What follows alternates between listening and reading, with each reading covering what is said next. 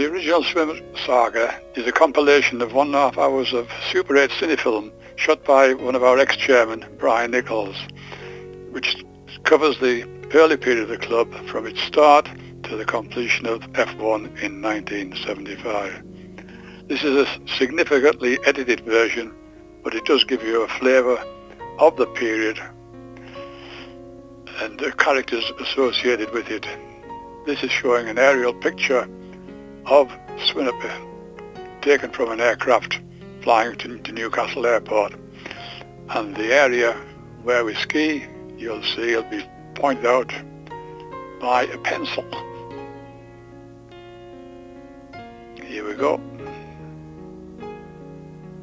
Most of the members, early members, skied at Observatory Hill, their first skiing experience, and you may recognise some of them. Bill Tate, for instance, skiing down there. Not sure who that is following him, but unmistakably John Stevens.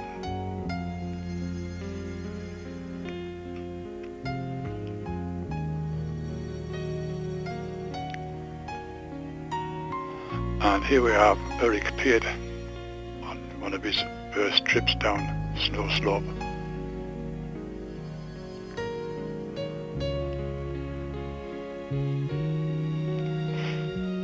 We were established by this time up at Swinhope, and we needed some shelter, and here's Bill Tate's lorry bringing up the old hen house, which was to become the club hut, followed by the council snowplough. Eric had an unusual vehicle for traversing the fell, his car. The hut needed foundations, and this is the first dig for foundations of the hut. Eric Peart and Bill Hall at the end.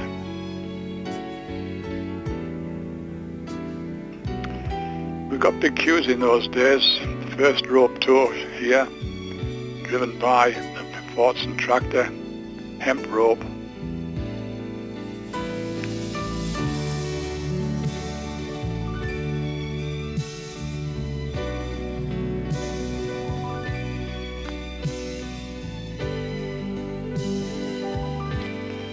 Some members went to a ski show at Olympia, showing the latest fashions and some different ways of skiing. Here is the hut as originally erected. You can see it's pretty decrepit, and look at the charges, very cheap. Back at Observatory Hill here for a moment before we go to Mountjoy, John Stevenson's farm, which is overlooking the cathedral. Tractor tow,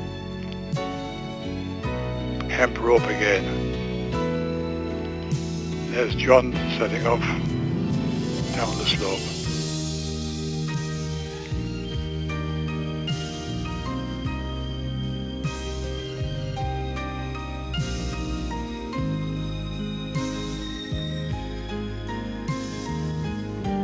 It was quite past the top.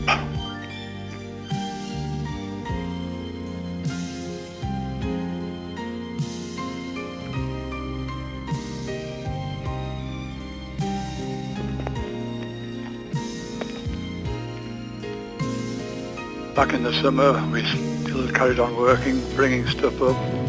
Here's the first purpose-built tow unit that we built with a Lister engine, worked on by some of the ladies, Mary and Joan. Unloading the tow, a lot of manpower, no health and safety considerations at the time. The tow was taken over the fell by a local contractor, whereas we used what is now Buttercup, which is the crawler tractor rebuilt, bringing more supplies over. Up to 1968 now, in the winter, good snow cover, and we now have a proper hut over the tow unit.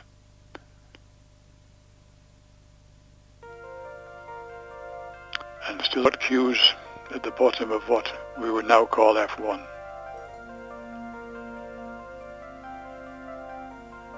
The hut has been updated by new roof, new windows, new signs, and insulated. A new tow was fitted in on F1 and the old lister was moved over into the gully, and he's Eric Piet taking the sun, surveying what's going off. We did have ski races, we called them the Weardale Olympics, and he's Eric coming through the gates and coming a cropper. Next person down here I think is Brian Patty, who used to be a fairly regular winner at these events. More shots of Buttercup bringing supplies over the fell. Notice the driver is standing on the seat because Buttercup had a great tendency to tip over, so it was easier for him to jump out if he was standing on the seat rather than sitting in it. We had a demonstration of a snow track, but we couldn't afford it. However, it gave us the inspiration to build one. So I built this machine using some second-hand tracks from the Cairngorm.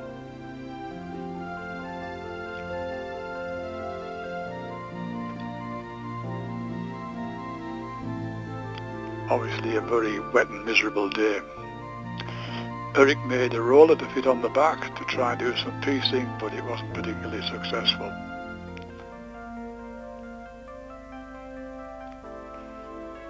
The tow has now been altered again. Notice the little pylons, and the second tow has been set up in the gully. Never very popular because you had to use your left hand to hold on.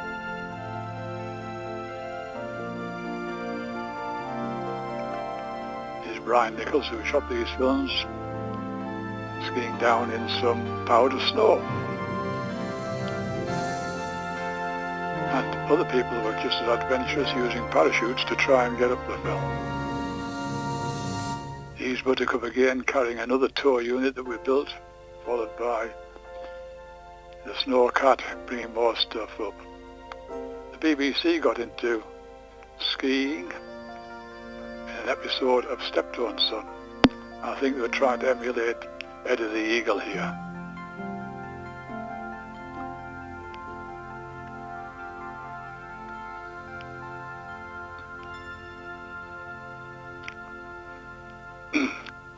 We eventually found another means of transport, which we got second-hand, snow trike, driven by Eric.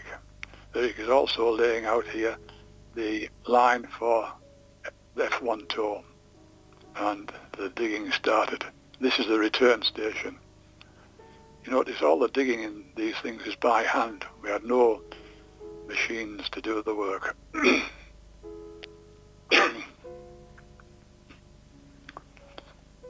It's rather sticky. All the spoil was taken up the tow line and used to fill in all the hollows to give a smoother line up the tow. Bill Hall, Peter Vasey, two members there, and the foundations were cast on site in situ. All the stuff, aggregate, cement, being brought up in bags. So the cement mixer had to be moved up and down the fell, and here we're crossing a ditch using some screen plates that we once got from a colliery. This is the drive station being dug out. Again, manual labour. Very, very sticky.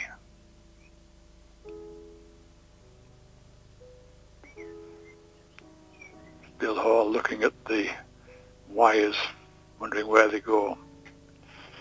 Counterweight as cast, more or less in its finished position, so we didn't have to move it.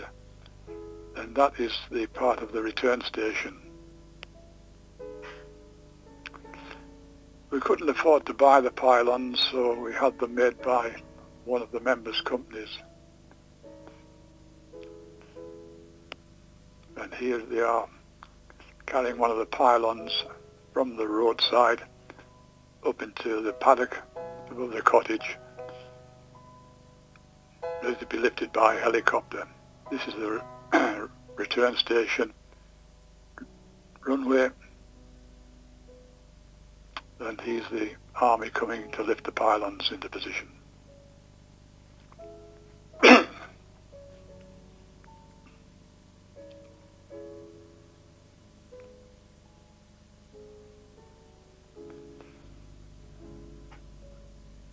This was, as you might imagine, quite a momentous day when all the pylons were lifted up, sat on their plinths.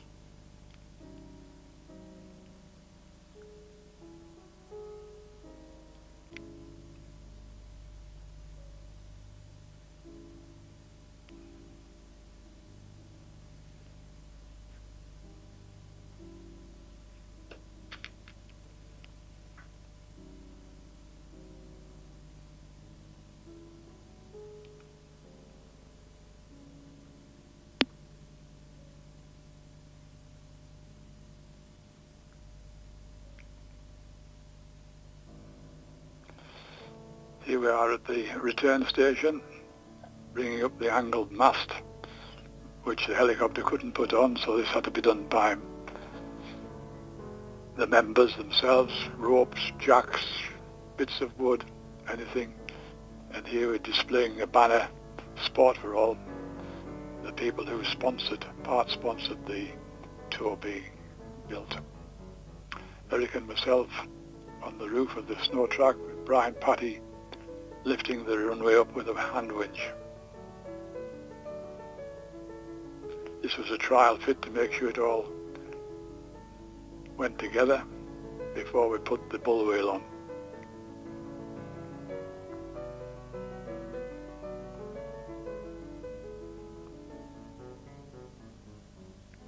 Notice that the pylons are being painted. They weren't galvanized, the first pylons, so each one had to be painted. The runway is being lowered to the ground. The return wheel slid on to the runway, and again by manpower, brute force, it was assembled.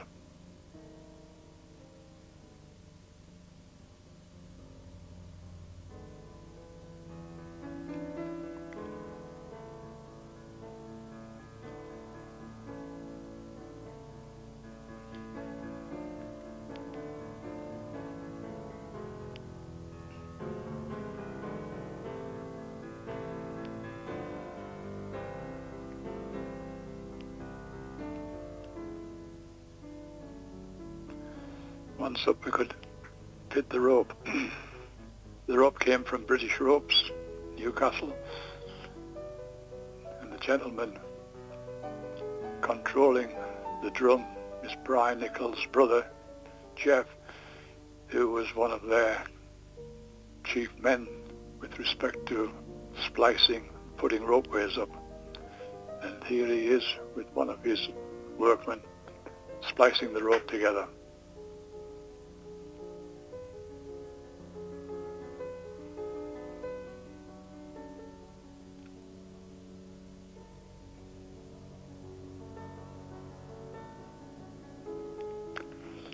Now we move to modern day times, 2013, showing how good swimming can be in good conditions. A short video clip by courtesy of Kevin Moore.